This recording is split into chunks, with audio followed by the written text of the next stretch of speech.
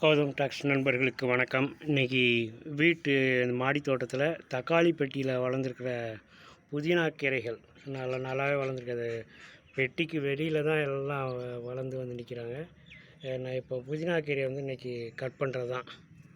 ஃபுல்லாக பார்த்தோன்னா நல்லா தெளிச்சியாக இருக்கிற நல்லா பெரிய பெரிய இலையாக இருக்கிறத மட்டும் அப்படியே கட் பண்ணிட வேண்டியது தான்.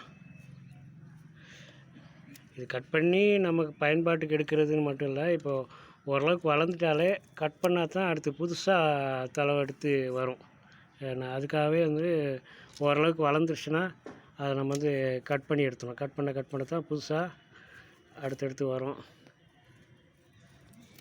பார்த்தோம்னா எல்லாமே வந்து இந்த மரம் செடி கொடினாலே வந்து இந்த கை பார்க்குறதுன்னு சொல்லுவாங்க. ஓரளவுக்கு முற்றி போய் வளர்ந்துருச்சுனாலே வந்துட்டு அதை வந்து கட் பண்ணி எடுத்துடணும். எடுத்தால் தான் புதுசாக கிளைகள் அடர்த்தியாக இன்னொருக்க வரும். என்ன இல்லாட்டா வந்து அது வளர்ந்ததுலேயே தான் வளர்ந்துட்டுருக்கும்.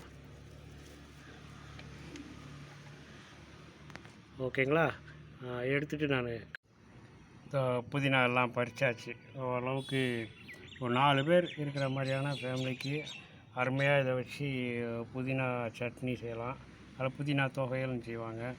அதுபோக இல்லாட்டா கொத்தமல்லி சட்னி பண்ணுறப்ப புதினாவையும் சேர்த்து புதினா ப்ளஸ் கொத்தமல்லி ரெண்டையும் சேர்த்து சட்னி செய்வாங்க. எல்லாமே டேஸ்ட்டாகவும் இருக்கும். இன்னொரு பக்கம் நமக்கு வந்து புதினாங்கிறது ஒரு உடலுக்கு ஆரோக்கியமான ஒரு விஷயம்தான். என்ன புதினா வந்து ரொம்ப எளிமையான விஷயம். நம்ம ஒரே ஒரு தடவை மார்க்கெட்டில் புதினா வாங்கிட்டு வந்துட்டு அதில் இருக்க இலையெல்லாம் பறிச்சிட்டோன்னா அதுக்கப்புறம் அந்த தண்டை மட்டும் நம்ம நட்டு வச்சிட்டாலே போதுங்க. டெய்லி தண்ணி ஊற்றிருந்தாலே அது அப்படியே நல்லா தளவு எடுத்து நல்லா பசுமையாக வர ஆரம்பிச்சிடும். அதோடய வாசனையும் பார்த்திங்கன்னா அவ்வளோ அருமையாக இருக்கும். ஓகேங்களா? இந்த வீடியோ பிடிச்சிருந்துச்சுன்னா சப்ஸ்கிரைப் பண்ணுங்கள், ஷேர் பண்ணுங்கள், லைக் பண்ணுங்கள். இன்றைய நாள் உங்கள் அனைவருக்கும் இனிமையாக பசுமையாக அமைய வாழ்த்துக்கள். நன்றி.